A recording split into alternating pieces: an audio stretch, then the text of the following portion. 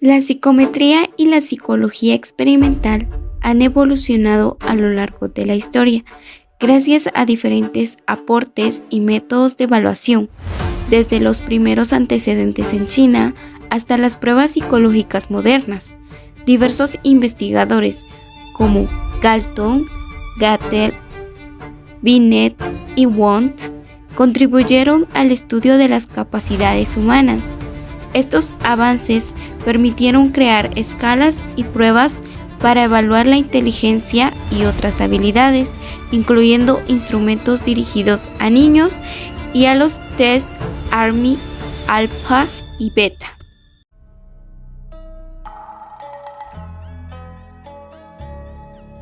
Existen datos históricos que muestran que las formas rudimentarias de las pruebas psicométricas datan aproximadamente del año 2200 a.C. Específicamente inició en el país de China, cuando el emperador hizo que se examinaran a sus oficiales de gobierno cada tercer año para determinar su idoneidad para el cargo. Por siglos y siglos continuaron haciendo este tipo de pruebas, modificándolas y perfeccionándolas.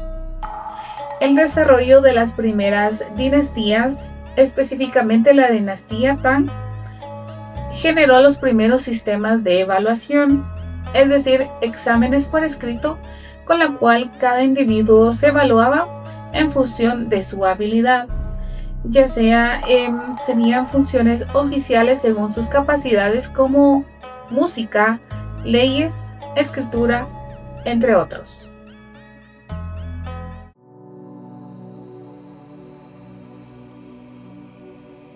Como antecedentes remotos de la psicometría, tanto en la evaluación como la educación formal, como establecimientos del sistema de evaluación imperial, supusieron un importante cambio en la concepción sobre el juicio de las capacidades de las personas.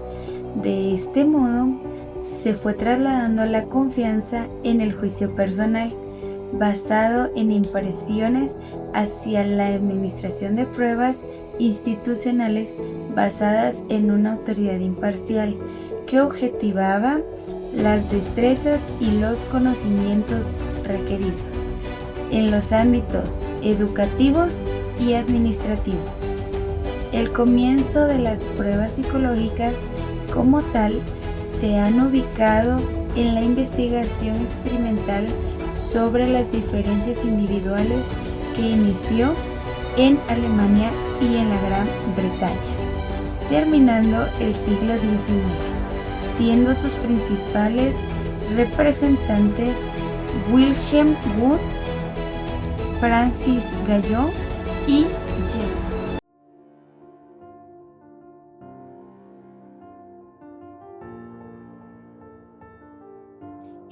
La psicología experimental pues surgió como una forma de estudiar la mente y la conducta utilizando métodos científicos como la observación y la experimentación. Uno de los primeros representantes de la psicología experimental es Wilhelm Wundt. Es considerado el padre de la psicología experimental en 1879, ya que él fue el primer fundador de un laboratorio en Leipzig, Alemania.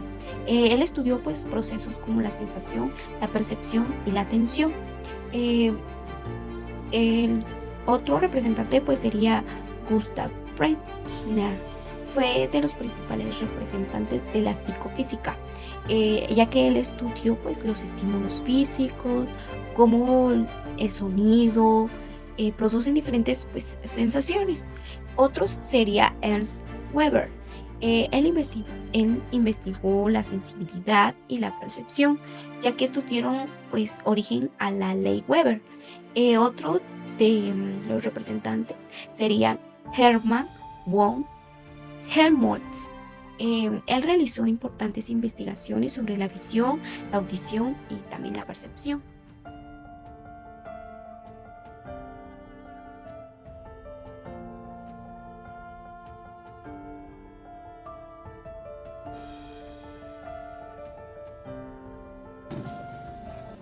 Se dice que Galton y Catten contribuyeron al desarrollo de la psicología experimental en Europa y Estados Unidos. Francis Galton creó uno de los primeros laboratorios antropométricos donde estudiaba características físicas y sensoriales. Una de ellas es la visión, la audición y tiempo de reacción. James McQueen desarrolló los primeros tests para evaluar diferencias individuales en capacidades sensoriales, perspectivas y de comportamiento. Sus aportes fueron fundamentales para el desarrollo de los tests psicológicos y la psicometría.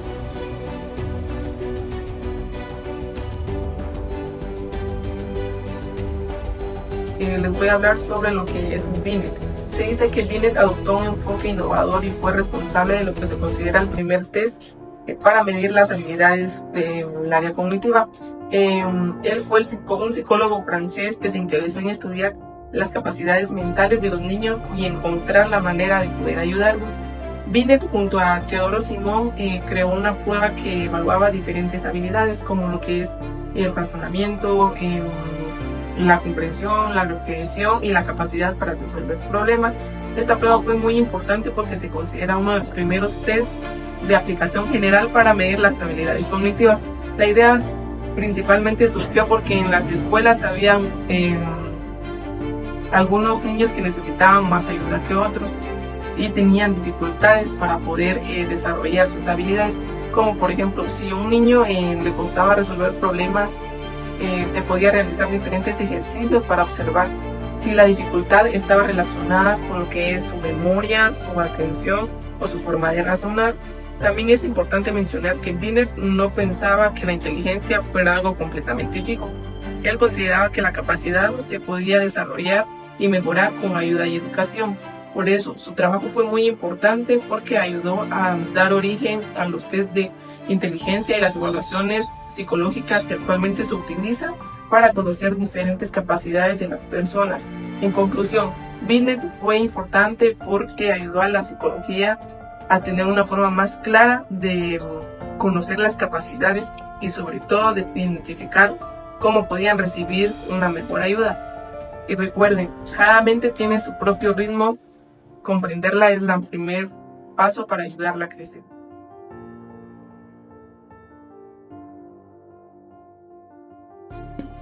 El momento en que esta disciplina comenzó a separarse de la filosofía para convertirse en una ciencia independiente.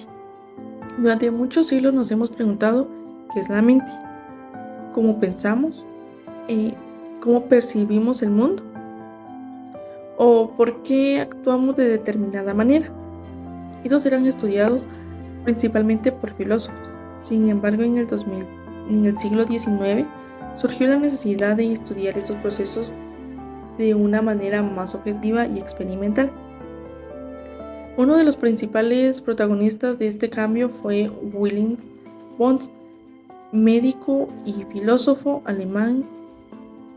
En 1879, Wundt fundó en la Universidad de Leipzig, Alemania, el primer laboratorio dedicado específicamente a la psicología experimental. Por esta razón, en 1879 suele considerarse una fecha fundamental para el nacimiento de la psicología científica. Wundt quería demostrar que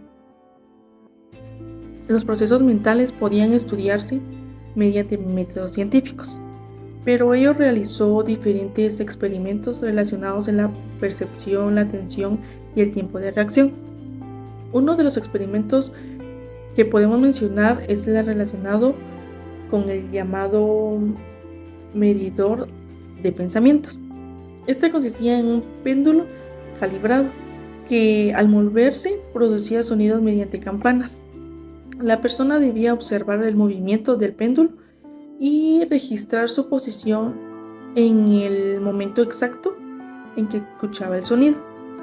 Los resultados mostraron que existía una pequeña diferencia entre el momento en que ocurría el estímulo y el momento en que la persona podía identificarse conscientemente. Esto permitió estudiar experimentalmente mentalmente aspectos relacionados con la atención y el tiempo.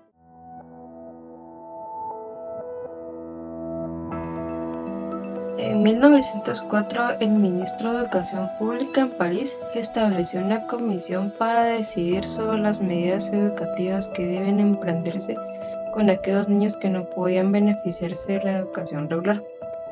Así se determinó que deberían retirar a estos niños de las clases regulares y darles educación especial adecuada a sus habilidades intelectuales limitadas. Así surgió en 1905 la primera escuela formal para evaluar la inteligencia de los niños. Dicha escala se dirigía a evaluar el desarrollo mental general del niño con un grupo heterogéneo de tarea. Era una prueba breve y práctica, media la manera directa del juicio práctico. Los reactivos estaban distribuidos según su nivel aproximado de dificultad. Su propósito era la clasificación, no la medición, y su motivación era identificar a aquellos niños que necesitaban asignarse a educación especial.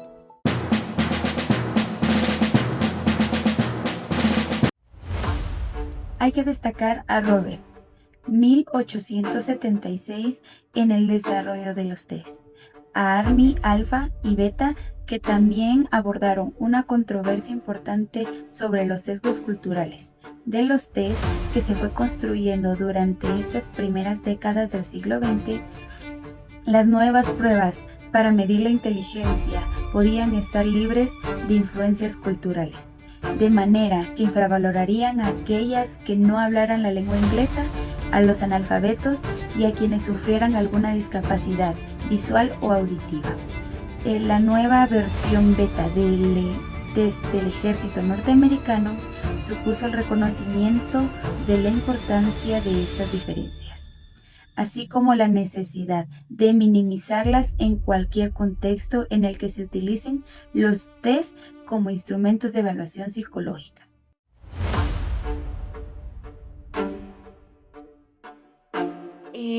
La escala se convirtió en la escala de referencia para la inteligencia en el desarrollo de la psicometría, en la medida en que se extendió el uso de esta escala al ejército norteamericano.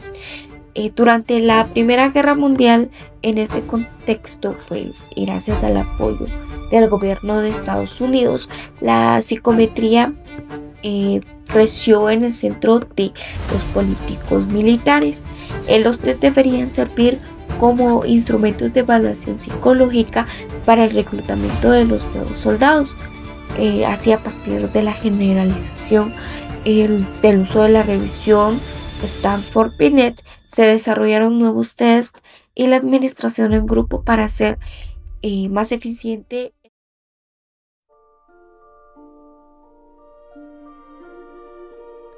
La psicometría no es simplemente el acto de diseñar pruebas o aplicar cuestionarios, representa la columna vertebral científica de la psicología moderna. Su verdadera importancia trasciende la mera medición matemática y la consolida como una disciplina transversal que transforma lo intangible de la psique humana en un conocimiento objetivo, estructurado y aplicable. La psicometría resolvió el histórico dilema de la psicología al demostrar que los constructos inobservables como la inteligencia, los rasgos de la personalidad, la memoria o las actitudes no son ficciones abstractas, sino dimensiones reales capaces de operacionarse a medirse con rigor. Al dotar a la disciplina los modales estadísticos sólidos, la psicometría elevó a la psicología al estatus de la ciencia empírica formal, garantizando que sus hallazgos no dependen de la intuición o la subjetividad del evaluador, sino de la validez y la confiabilidad. Más allá del ámbito académico, el alcance de la psicometría es eminentemente práctico. Cada test estandarizado, perfil clínico o batería neuropsicológica sirve como un instrumento de diagnóstico de alta precisión. Sus datos permiten tomar decisiones con profundo impacto ético y humano, desde diagnosticar oportunidades en un trastorno del desarrollo de la infancia o diseñar una intervención clínica personalizada, hasta seleccionar el talento adecuado en las organizaciones o guiar el diseño político público en la salud mental y la educación.